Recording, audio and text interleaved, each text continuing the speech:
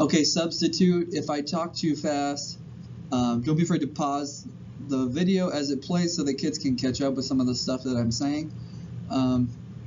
Okay, remind me, in class, did we write down like characteristics of Congress, like how many people are in the House of Reps and Senate? If we did not, I want you to find some room on your paper. I can't remember if we started this lecture a little bit or if we did not. I want to say that we didn't start it. So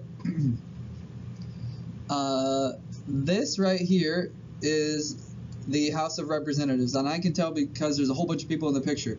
So take some notes. The House of Representatives has 435 members. It's based on population. You serve for 2-year terms, and every 2 years they're up for election again. Whereas the Senate, there is 100 people.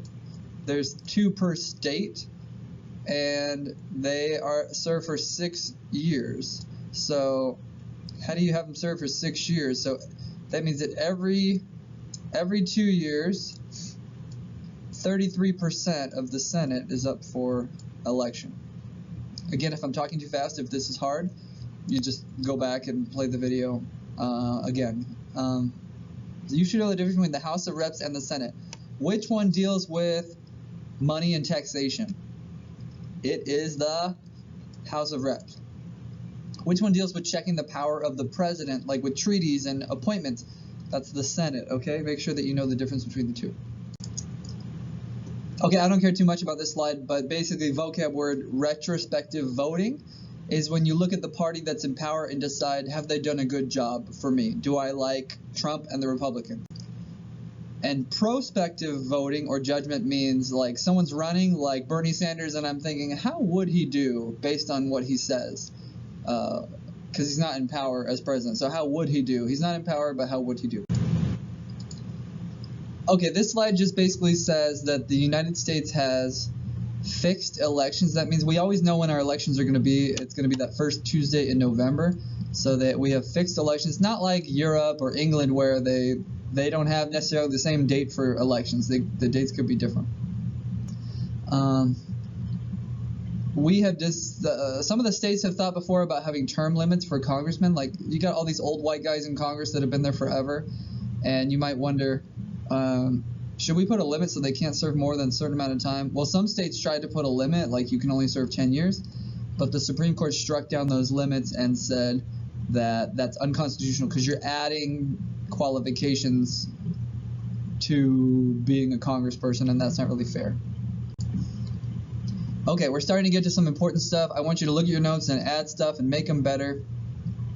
But back in the day, we had, like picture 100 years ago in the Democratic Party, you got to vote Democrat or Republican. You could go down the general election and pick between 2 different people, but you never got to pick between the Democrats. So what would happen in a back room somewhere, they would have like a bunch of guys, I picture like corruption, like with cigars and whiskey, and they're like, who should we have be the Democrat president? And it would be somebody that, you know, not the rest of the country might not agree with. Maybe someone that like owes favor to these guys in a room with whiskey and cigars. So about 100 years ago, we made some changes, and we made it so that the people in the party have to fight amongst themselves to earn a spot on the ballot. So you might remember Bernie and Hillary both running for the Democratic nomination. This is like the playoffs, okay? And we call this the primaries. It's like the election before the general election. You can have different types of primaries, and you remember when the lady came and registered us to vote, I recommended that you guys pick a party, because if you don't pick a party, then you're not allowed to vote in the primary. So California has a closed primary, and what that means is if you want to vote between Hillary and Bernie, you must be registered Democrat. If you want to vote between Trump and what is his name, John Kasich and Ted Cruz, you must be registered Republican. That's a closed primary. An open primary or a blanket primary just means you can kind of vote for whoever, no matter how you're registered.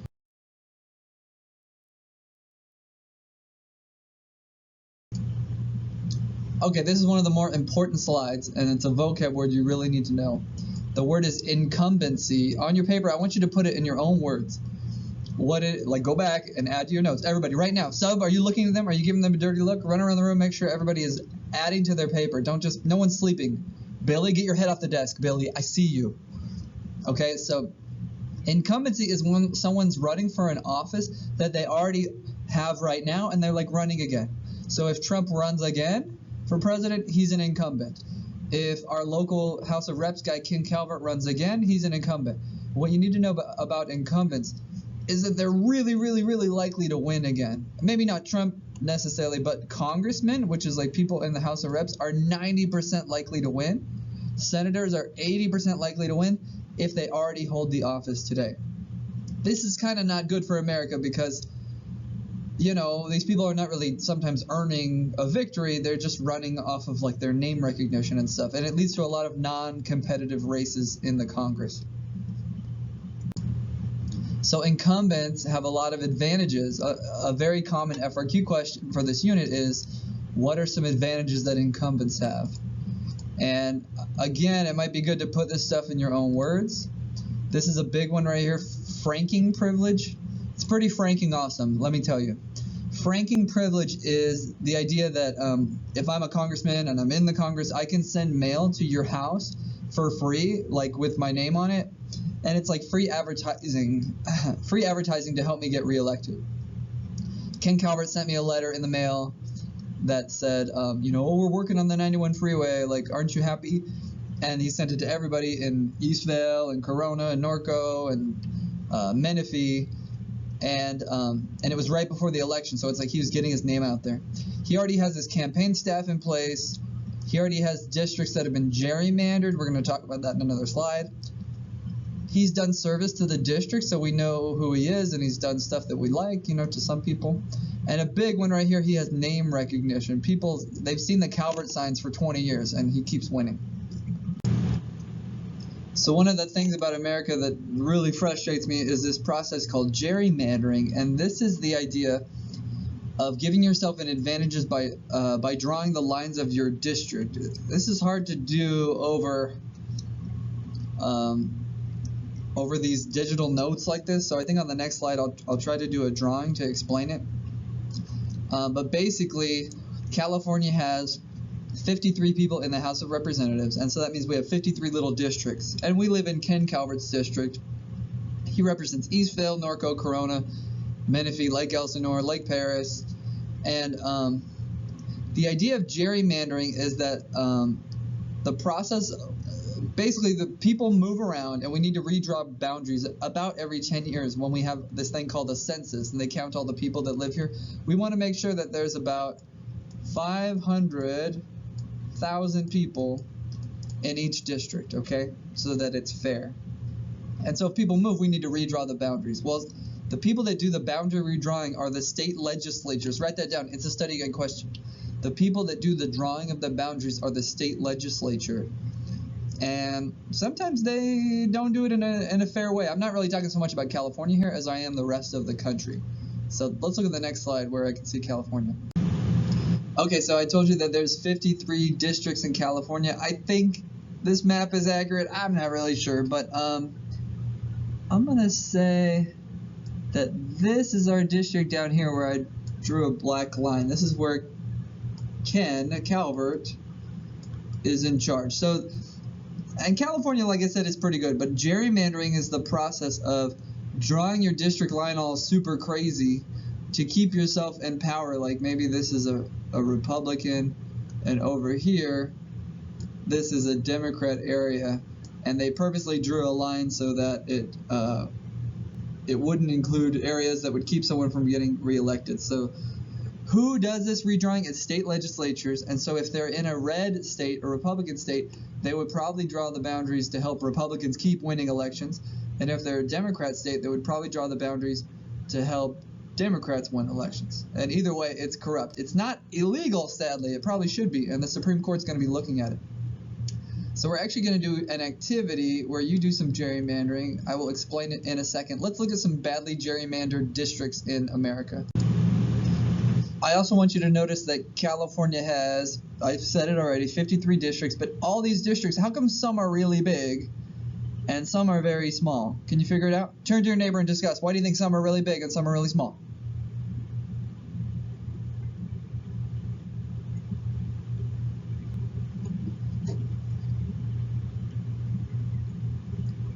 Okay, some are really big because not a lot of people live there. So there's only like 500,000 people that live here, and there's 500,000 people that live like down here in Los Angeles in this little tiny little dot. So that's why the size varies. Actually, wait, before we look at some badly gerrymandered districts, let's watch this CGP YouTube video. It's fantastic. Pay attention. It'll teach you everything you need to know about gerrymandering. So on these next like 10 slides, they're just various districts around the country. Look at how ridiculously shaped they are and how crazy they are. It's pretty ridiculous.